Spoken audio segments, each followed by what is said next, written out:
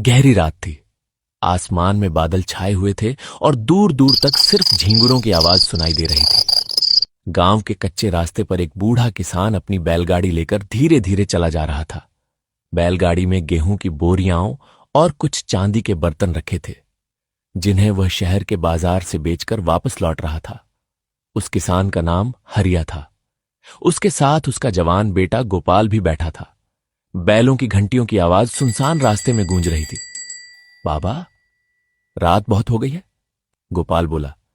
क्या हमें आगे वाले पीपल के पेड़ के पास रुक जाना चाहिए? हरिया ने सिर हिलाया। नहीं बेटा, उस रास्ते के बारे में लोग कहते हैं कि वहां डाकू घूमते हैं। जल्दी गांव पहुंचना बेहतर है। यह सुनकर गोपाल थोड़ा घबरा गया।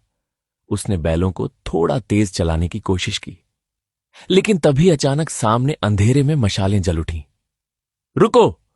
एक भारी आवाज गूंजी। 4-5 घुड़सवार रास्ते के बीच आ खड़े हुए। उनके चेहरों पर काले कपड़े बंधे थे और हाथों में बंदूकें थीं। बीच में एक लंबा चौड़ा आदमी घोड़े पर बैठा था। उसकी बड़ी मूंछें और लाल आंखें देखकर ही डर लगता था। वह था डाकू मंगल सिंह। मंगल सिंह का नाम सुनते ही आसपास के गांव कांप उठते थे। लोग कहते थे कि उसने कई अमीर व्यापारियों को लूटा था। मंगल सिंह घोड़े से उतरा और बैलगाड़ी के पास आया। क्या ले जा रहे हो बूढ़े? उसने गरजते हुए पूछा। हरिया डरते हुए बोला, हुजूर, बस थोड़ा अनाज और कुछ सामान है। गरीब आदमी हूं। मंगल सिंह हंस पड़ा। गरीब? रात के अंधेरे में इतना सामान लेकर घूम रहा है और खुद को गरीब कहता है? उसके आदमी बैलगाड़ी की तलाशी लेने लगे। थोड़ी ही देर में उन्हें एक लोहे का छोटा संदूक मिल गया। सरदार, इसमें पैसे हैं, एक डाकू चिल्लाया। गोपाल घबरा गया। मत लीजिए मालिक, ये पैसे मेरी बहन की शादी के लिए हैं। लेकिन मंगल सिंह का दिल पत्थर बन चुका था। उसने संदूक उठाया और अपने आदमी को दे दिया। गोपाल से यह सहा नहीं गया। वो अचानक बैलगाड़ी से कूद पड़ा और संदूक छीनने दौड़ा। तभी एक डाकू ने उसे धक्का दिया। गोपाल सड़क पर गिर पड़ा। हरिया रोने लगा।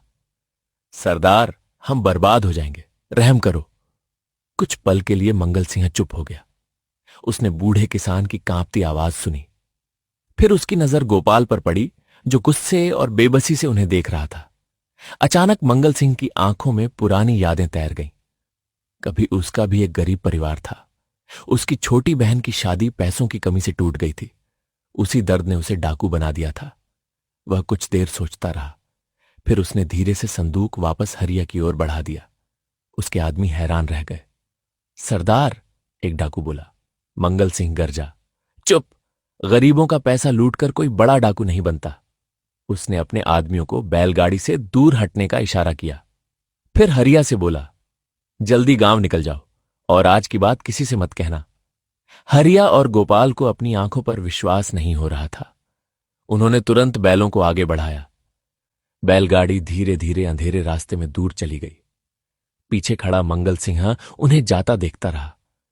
पहली बार उसके चेहरे पर कठोरता की जगह हल्की उदासी दिखाई दे रही थी। उस रात के बाद लोगों ने सुना कि मंगल सिंह ने अमीर साहूकारों को लूटना जारी रखा, लेकिन किसी गरीब किसान या मजदूर को कभी हाथ नहीं लगाया।